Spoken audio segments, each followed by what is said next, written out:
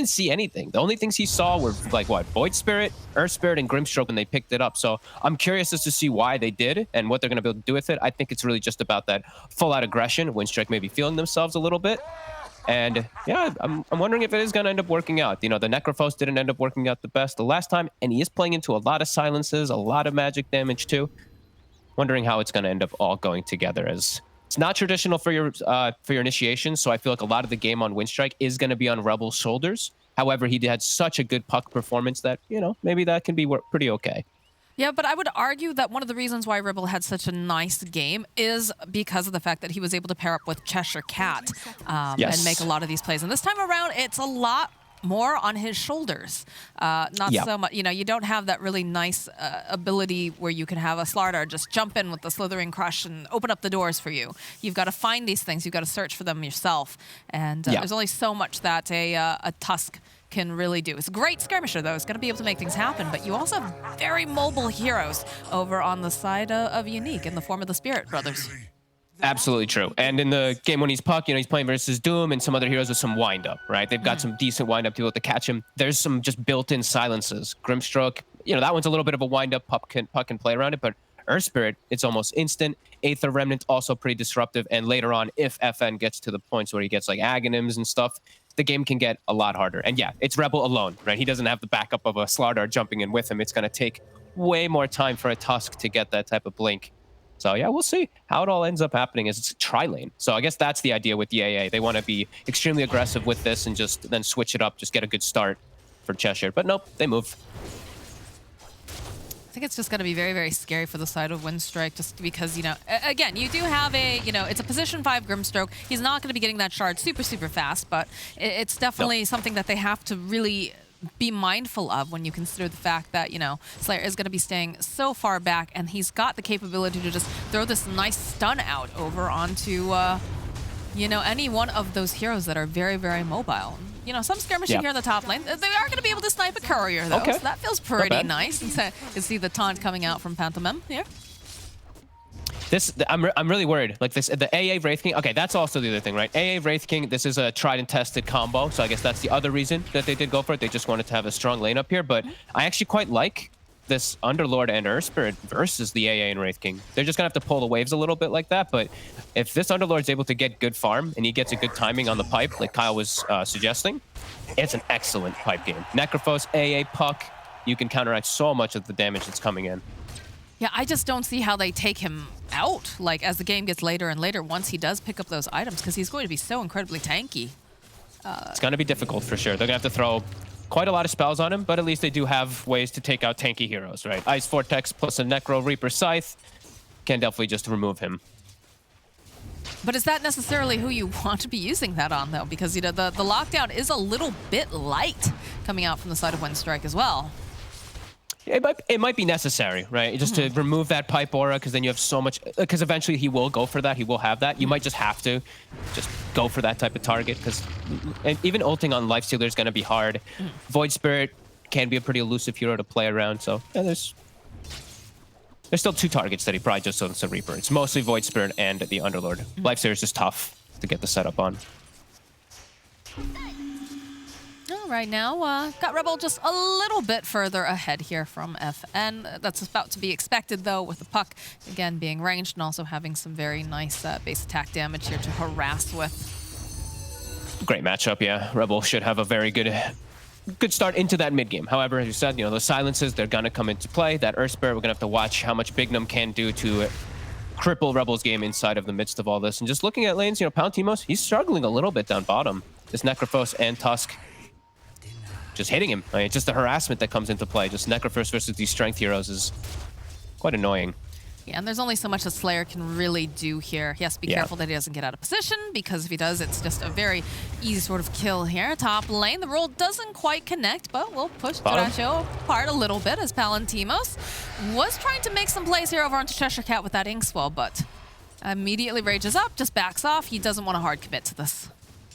Has to be careful. Every time tag team's used, that's why he skilled Rage, just to be able to protect himself versus it, rather than having the Ghoul Frenzy. So it's more of a defensive approach, which I feel like actually hurts the lane, because you have Grimstroke who wants to be more aggressive. Now Palantimos is more of a passive kind of style because of his build. And Daracha has just been able to dodge all of these rolls each time. Not getting as much as they really would like out of that top lane, but no. I'm sure that the Wraith King is feeling pretty happy about the fact that this lane's going a lot better than the previous lane against Unique. Just such interesting starting items too on Pantomin. I don't know. He's like starts with like no build up on the AA, the 5 position. They're gonna try on Ghost Stick, but he's so tanky. He is indeed. In fact, they are gonna have to pop those stick charges over on the Wraith King, and they're just gonna turn right back around again and just continue to farm up. This will be a slow start for Dyrachyo in comparison to the other game where he was playing Wraith King. He's gonna have to just catch back up. That's that's the thing about AA. You have kill combo in your lane if you reverse is something that's actually killable because of the cold feet plus the stun, but Underlord is not killable with these two. No, I think you really would have to go after the Earth Spirit if you have any hope of actually grabbing anyone in that lane. And the positioning has just been very nice coming out from him, so it's gonna be difficult to find it. And again, they just keep trying to make these plays over onto Ghost Stick, but he's so tanky. They get hit back here by Bignum. Some body blocks coming out as well. Ghost Stick, he is sitting a little bit low this time. Are they going to be able to get the final hit off? No, they're going to have to back off. And again, he's still alive and kicking in the bottom lane. It's the Inkswell will proc here on Slayer. He goes, he uses the Fairy Fire, uses the stick charges. Is he actually going to make it out alive? No, the shards at the last second will be able to get the first blood. Very nicely done, Slayer. As you said, has to be very careful of his positioning. He steps up just a bit too far, I believe, to put down this sentry ward, and just gets taken out because of it. He will block the camp for the further pulls to prevent them, but does pay with his life. On top, let's see, Ghost Stick. He brings himself a salve, so he's going to be able to counteract a lot of that aggression that was coming out, as we did see, Winstrike. They used a lot of mana to try to kill him before. I think it was, what, 2 sets of Cold Feet and 2 sets of Chilling. That's bottom. Yeah, they've got enough damage to take down Cheshire Cat. Snowball will connect over onto Palantimos in a moment. And there's the roll coming out now as we have a rotation from Bignum. This is looking like a dead Yamich as well. Couple more hits, couple body blocks. The shards are trying pretty hard. He's still alive. He's sidestepping, but eventually will go down to Bignum.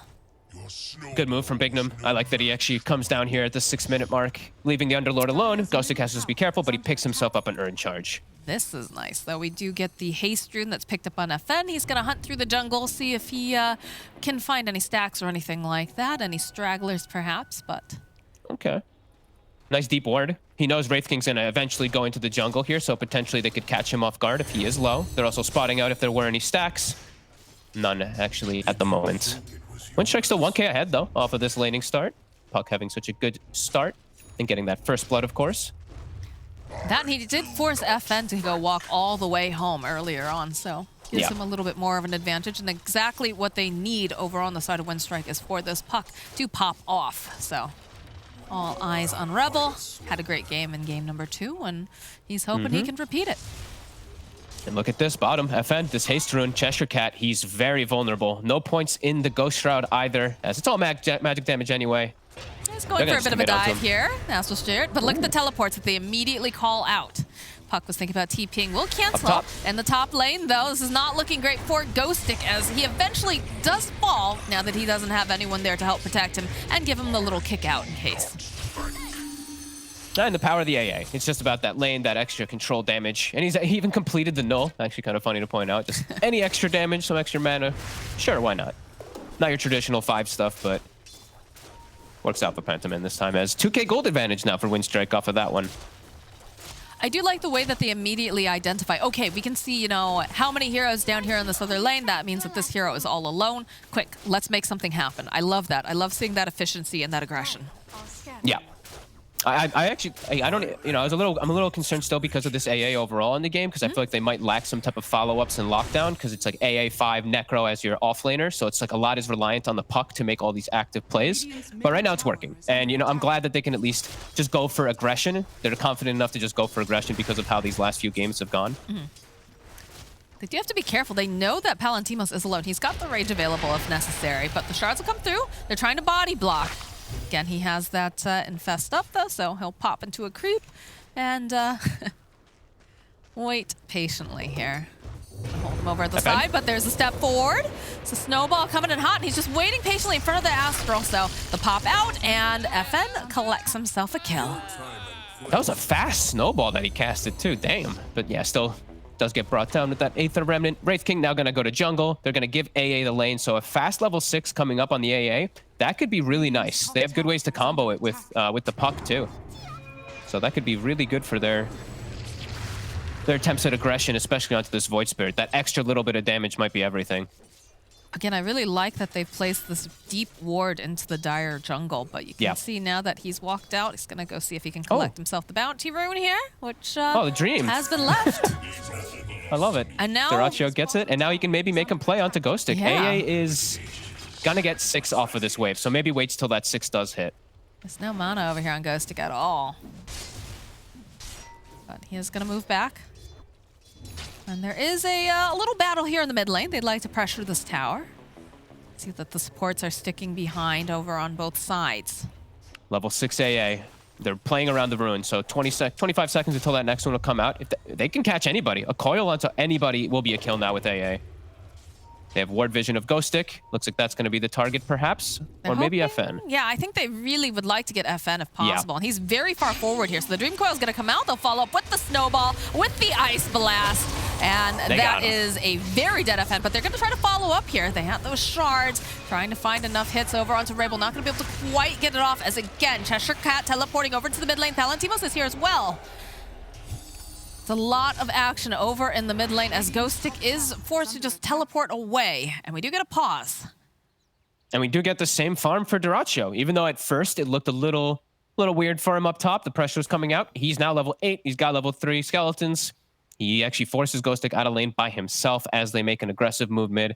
Everything's working for Winstrike. So that aggressive picks that they've gone for are absolutely working. And I'm loving the way that they're moving around. They're not really giving Unique much breathing room on the map at all. The Wraith King being able to push that Underlord out of top is pretty huge. I think Ghostic might just rift back up to continue defending it, but that's the fact that your one position is able to force out an off lane, give this openness to your supports.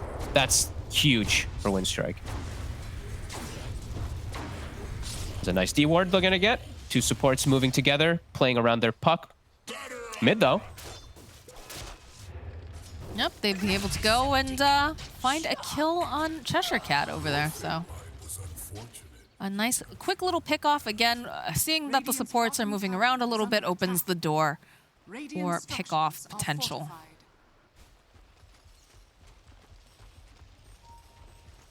And the pressure's on here in the top lane. They've already rotated Palantimos up top. They want to be able to take down this tier 1. Again, like you said, Fog, they're going to want to farm up over on the Wraith King. And if they can take away those access points into the Dire jungle, it makes things a lot easier. Yeah, it's a tough game stake right now for Unique, though, because they want to pressure towers, but it's really scary for them to do it without the Underlord. So I feel like they have to just play around Ghostic quite a lot right now in these next upcoming moments, because I think the puck in the AA will kill pretty much anybody, as we see in this replay here. It's an insta kill. Like this type of control and this type of damage this early on, it's massive. It's pre 10 minutes and that AA blast is online. So I don't think that Unique was expecting to get hit by that this early on. It feels bad too because Palantimos made his own rotation to the mid lane and they weren't even able to collect any kills.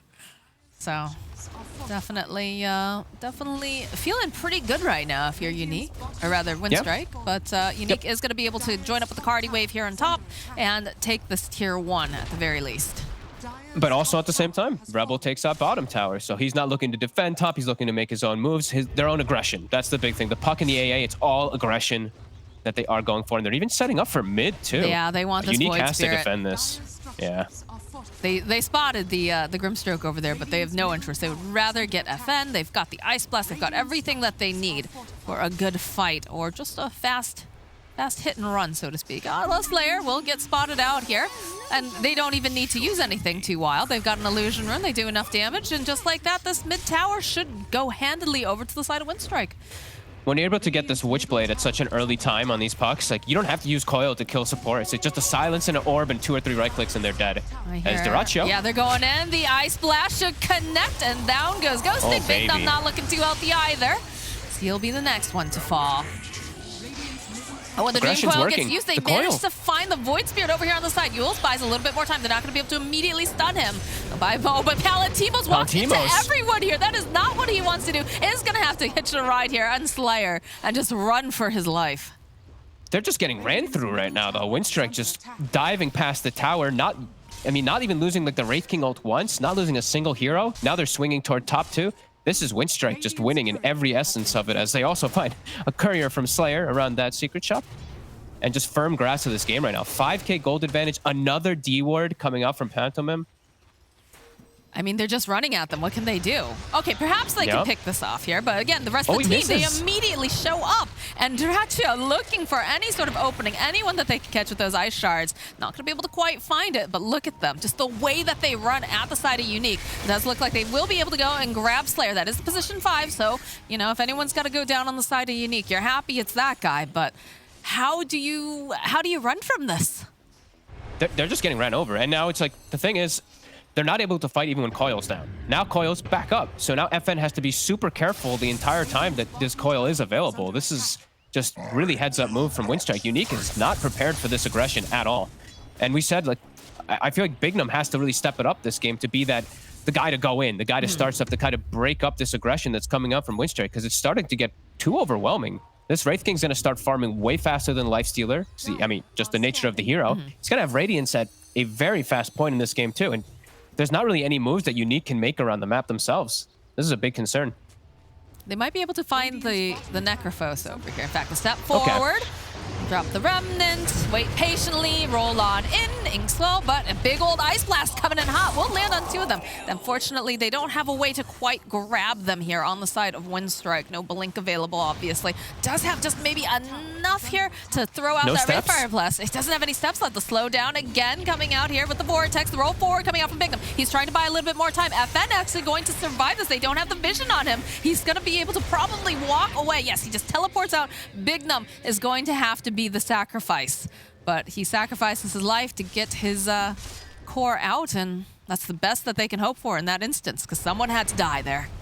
Yeah, they really did. Someone had to, and it's really just running is the name of the game, it feels like, from Unique. They get Cheshire Cat, who's, I mean, I feel like Cheshire Cat kind of gifted that one, completely away from his team, just farming a jungle camp, gets caught off guard. But as soon as the rest of the team shows up, it's full retreat. Unique continuing just to be unable to battle versus this Winstrike heavy aggression.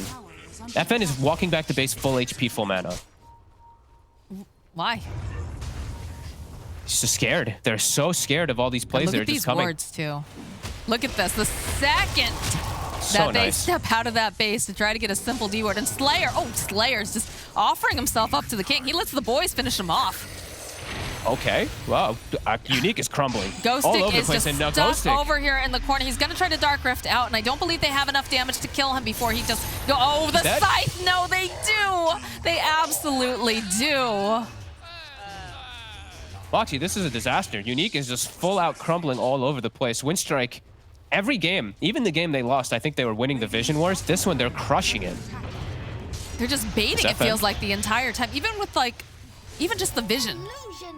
You saw that. Bignum tried to step outside the base just to get the D ward, and immediately everybody just collapsed. All right, double damage does get picked up. He'll dodge very nicely here from Dota2, but it definitely feels very scary for him right now. Palantimo's trying the best he can. He's trying to shove out these waves. But look at the way that Winstrike is just circling around in the jungle. They know that somebody's going to be down here.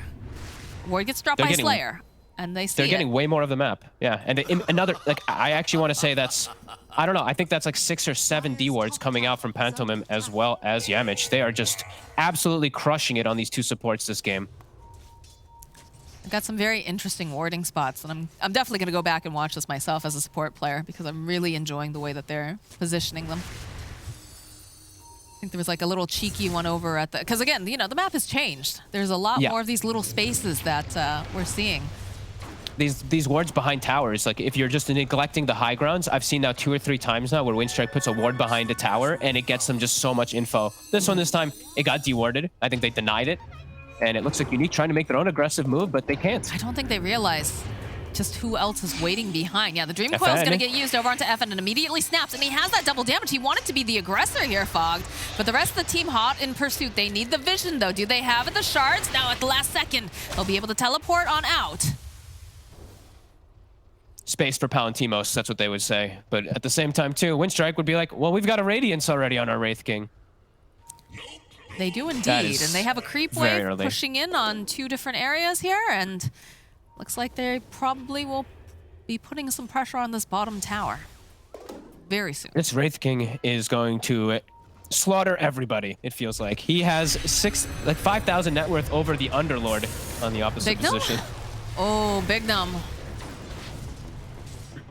You wanted to try to make a play here with that Inkswell on him. FN throwing out the Astral, will drag back over onto the test. Bignum rolling in, does get the Magnetize off of the rest of the team as they'll just jump in. The follow-up is here, the Scythe comes through.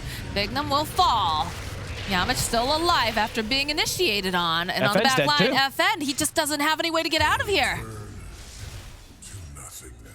They have no hopes of fighting. No. They can't take a fight at all. Like, even the small heals coming out from Cheshire Cat, it's enough. I can't believe not even the Tusk ends up dying. He's the one who gets initiated on from Bignum, and all of the spells from the side of Unique. Winstrike just tanks through it. It's just looking way too scary for the side of Unique. And they're just always hunting. They're always moving together. And they're just applying such firm pressure on this game that Unique, I don't think they know exactly what to do here.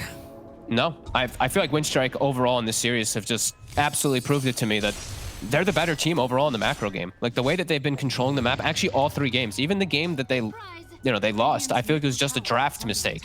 It was just the morphing that they could not address. This game and the last one, they've just looked so hot the way they're playing together as a team, playing around Vision, and just playing these pressure points. FN walks directly into Yamich and Pantherman. Look at just the way that they move together, though. I love this. It's all grouped. They know that they can't do anything alone. The Tusk and the AA, they're always together, looking for plays. All right, Dota2 is putting pressure on the mid tower, waiting for the creeps to show up. He's got those boys to help tank. And this is a mid tower that's not long for this world. No. And he's going to be buffed up the entire game, too. Not to mention the Ice Vortex with the Radiance, that little extra damage that'll be coming in. But he's going to have Solar Crest very soon on Yamich. So he's going to be a lot stronger in the fights than Palantimos, who Solar Crest is nowhere near on the menu. Nobody on his team is going to be able to build that one up. So it's going to be a really uphill battle for this poor Lifestealer, who already has been having a very uphill battle.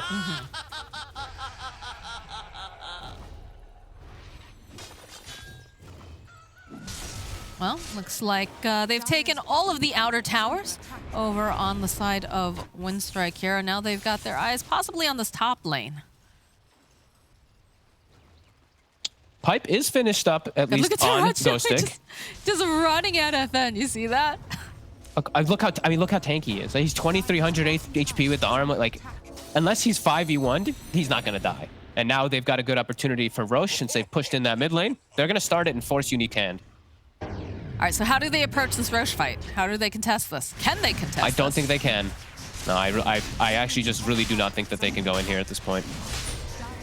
That definitely feels bad, but they're trying to push out here in the bottom lane. Looks like they're going to make the moves towards the pit. They're not going to make it in time. Yeah, look at that immediate smoke. They're looking for that perfect angle for this fight. And look at the way that Unique immediately Delta split. They get out of the area. They're like, all right, well, let's get some farm at the very least, boys, before we have to teleport home in high ground. Yep. They do have, as I was mentioning, they do have the pipe on Ghostic. It's finished up, so a lot of that damage will be negated, but now the items have all started rolling in so much for Winstrike. It's not just magic damage. Ghostic takes a step too far out of that base, and he is just dead. So that's some of their beautiful wave clear. Yeah, he's the high ground defense. He's actually pretty much the whole high ground defense. They have the stroke at least from Slayer, but they really need that Underlord. That's pretty much the only thing that they have besides the Firestorm here. So yep, Winstrike just walking right on into the base. Another 12 seconds before the Underlord's back up again. Constant Solar Crest onto Dota2, so he just destroys this tower that much quicker. Smoke over on the side of Unique. They're hoping to find a good angle here. Slayer wrapping around. He's got Bignum with him. Hoping to maybe pick off someone. Rebel has Aegis still. This is going to be tough. Yeah, he's just standing very forward here. Smoke will break. Immediately taunt back over onto the Tusk. Bignum, okay, gets the Magnetize off. Backline Rebel, though, poking away. Bignum, he's taking a lot of damage. He is going to fall. Yamich, though, oh, he barely gets taken down as Dota2 is just running at everyone. Takes down Palantimos. Is just going to chase after this Underlord who just came back to life now. And he's down. Slayer's just trying to cut some creep waves in the meantime while the push is happening, but a catapult is still alive, so the racks will go down in the wraparound. They barely even kill the Tusk. He doesn't die at all in the combo, and everyone on Winstrike is able to just cast their spells freely from that point. I'm so surprised. It's over. Yeah, you know, when your Grimstroke is your only hope of being able to just push out these waves right now, because you know that he cannot be there because they're just going to jump on him. Like, that feels so bad.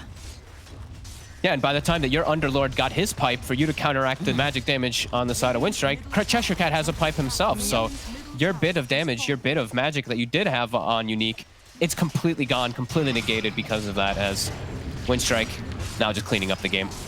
Look at Dota2 here. He just doesn't seem to care. He's just going to continue to hit the buildings. He knows the rest of his team will keep him.